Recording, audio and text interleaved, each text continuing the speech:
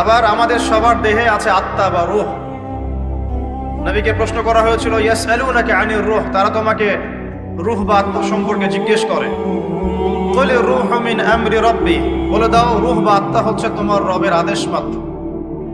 ওমা উতিতুম মিনাল ইলমি ইল্লা কালিলা, এই রূহ সম্পর্কে তোমাদেরকে বেশি জ্ঞান দেয়া হয় নাই। আমরা ঘুমাই, আমাদের দেহ থেকে আত্মা প্রস্থান করে সাময়িকভাবে, আমরা কিন্তু আত্মাকে দেখতে পারি না। যে মানুষ তার দেহের মধ্যে থাকা আত্মাকেই দেখতে পারে না, তার দৃষ্টিভঙ্গি কত সংকীর্ণ এটা কি বোঝার অপেক্ষা আছে? এই গেল আমাদের দৃষ্টি সীমাবদ্ধতা। তাই ফেরেশতারা এই জায়গায় ঘিরে রেখেছেন, এটা আমরা বিশ্বাস করবো ইনশাআল্লাহ তাআলা। আর আমাদের সবার সাথেই দুজন করে ফেরেশতা আছেন। কয়জন ভাই?